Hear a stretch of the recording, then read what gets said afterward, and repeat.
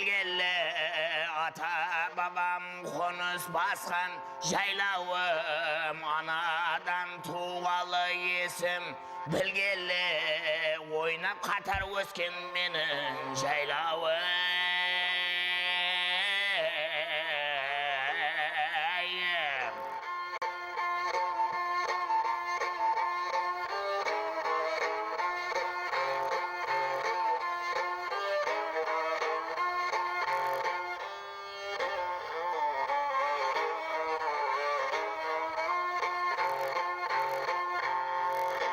Halasa tabılsa barlık yel köşer köbeyip tur aramızda kan eşer şetim şılap ılak mangrap kun keşer erman menin arzu bolgan jaylağı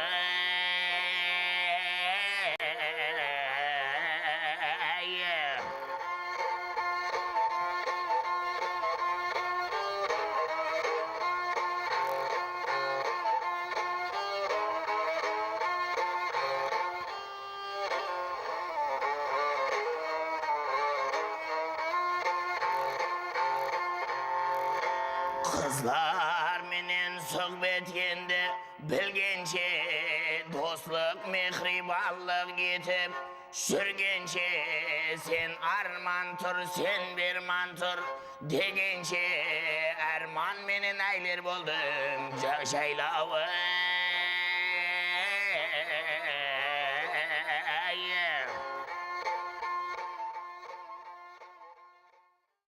Он 19 ғасыр Қарақалпақ әдебиетіне белгілі һәм ұлы көркем сөз шеберлерін алып келді.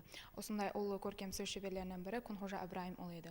Күнқожа Ибраһим ұлы классик шайырларымыз болған Бердақ һәм Ажнияздың ұстазы ғана болып қалмастан, бәлкім ол жазба поэзиямыздың рауажлануына өзінің салмақлы үлесін қосты.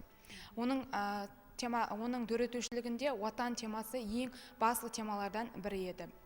Шайырдың опасыз дүние ашылған гүллер, қапестегі сайрап тұрған бүлбүллер, дүниядағы бағу харем шәмеллер, оның рәуші көркі ел менен деген қатарларында отан, ел, туған жердің һәм нәрседен үстін екенлігі сөз етіледі. Белинский айтқанындай таза һәмде сау жүректе отан темасы зіл болып жатады деген еді. Күнқожа шығармалары қазіргі уақытта біздің әдебиетімізде жетерлі дәрежеде зерттелінбеген десек те болады. Оның топламалары ең бірінші мәртебе Бабаш Исмаилов тарапынан жиналды һәм халыққа таратылды. Бұнан кейін Күнқожа бойынша істелініп атырған жұмыслар жетерлі дәрежеде емес. Қазіргі уақытта Күнқожа бойынша еледе материалдар толық түрде берілсе, оқушылар бұларменен терең түрде танысса, меніңше мақсатқа муафиқ болар еді деп ойлаймын.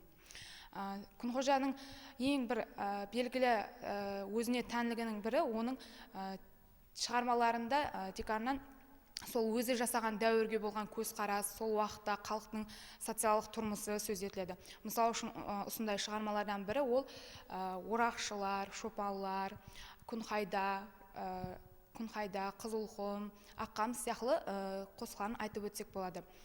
Сондай-ақ шайырдың шығармаларында айта кететін бір нәрсе, онда символикалық суретлеуден шебер пайдаланғанын көруімізге болады Күнқожаның. Мысалы үшін шайыр өзі жасаған дәуірде қараңғылық, думанға мегзетеді. Ал жақты келешекті болса, күн, жарықлық сияқты символикалық суретлеу арқылы ашып береді. Күнқожаның дөретушілігі өз дәуірінде жетерлі дәрежеде ұлығланбаған болса да, бірақ ол келешекке сенеді. Оның шығармалары әлбетте келешекте өзінің нәтижесін береді деп ойлайды һәм келешекке сеніммен қарайды. Жұмақлап айтатын болсақ, Күнқожа бұл демократ һәм патриот шайырлардан бірі еді. Ел менен бірнешелер киіп қамқа паршалар, алтын менен толтырса да аршалар, халқыңды сораса зұлым патшалар, күнің кешер қассап яңла дар білен, адамға қас етіп мейірімі келмес. Кім жақсы, кім жаман парқыны білмес, жыласаң да көздің жасыны көрмес. Патшаң яман болса күнің зар білен, аспанға ұшарсаң болса қанатың, шадланарсаң шадлы болса елатың, халқың менен болса мақсат мұрадың, сапа сүрсең ұзағына ел менен.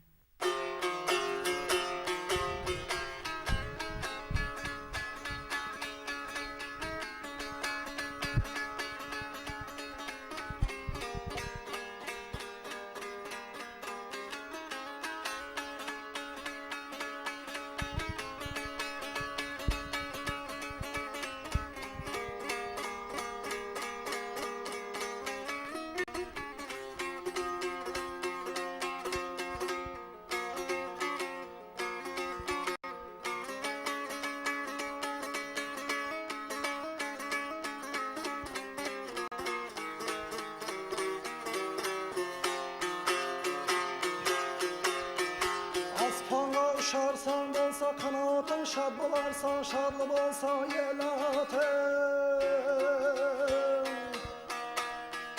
Халқың менен болсаң мақсат мұрадың, дайыма бірге болсаң ел менен. Ulamaya gerek doğru sözlemek, hak yol menen şeriatını gözlemek. Halkın onlar jağın berha izlemek, baylamı septiğin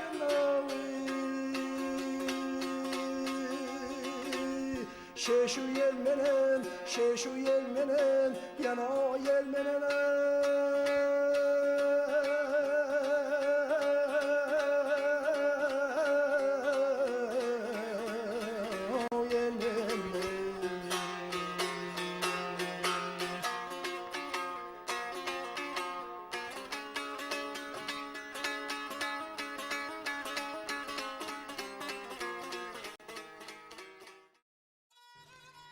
Бабамыз Күнқожа шайыр ауыл медресесінде тәлім алып, өз заманының білімлі дана адамы болған. Халықтың сөзін сөйлеген, мұңын қайғысын жырлаған, нағыз хақиқаткөй шайырдың Қарақалпақ әдебиятында өшпейтұғын шығармалары мирас болып қалды.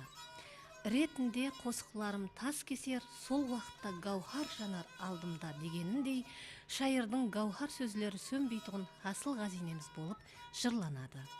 Әсірлер өтсе де әулядыларымыз сүйіп оқитұғын бейбақа шығармалар болып жасай береді.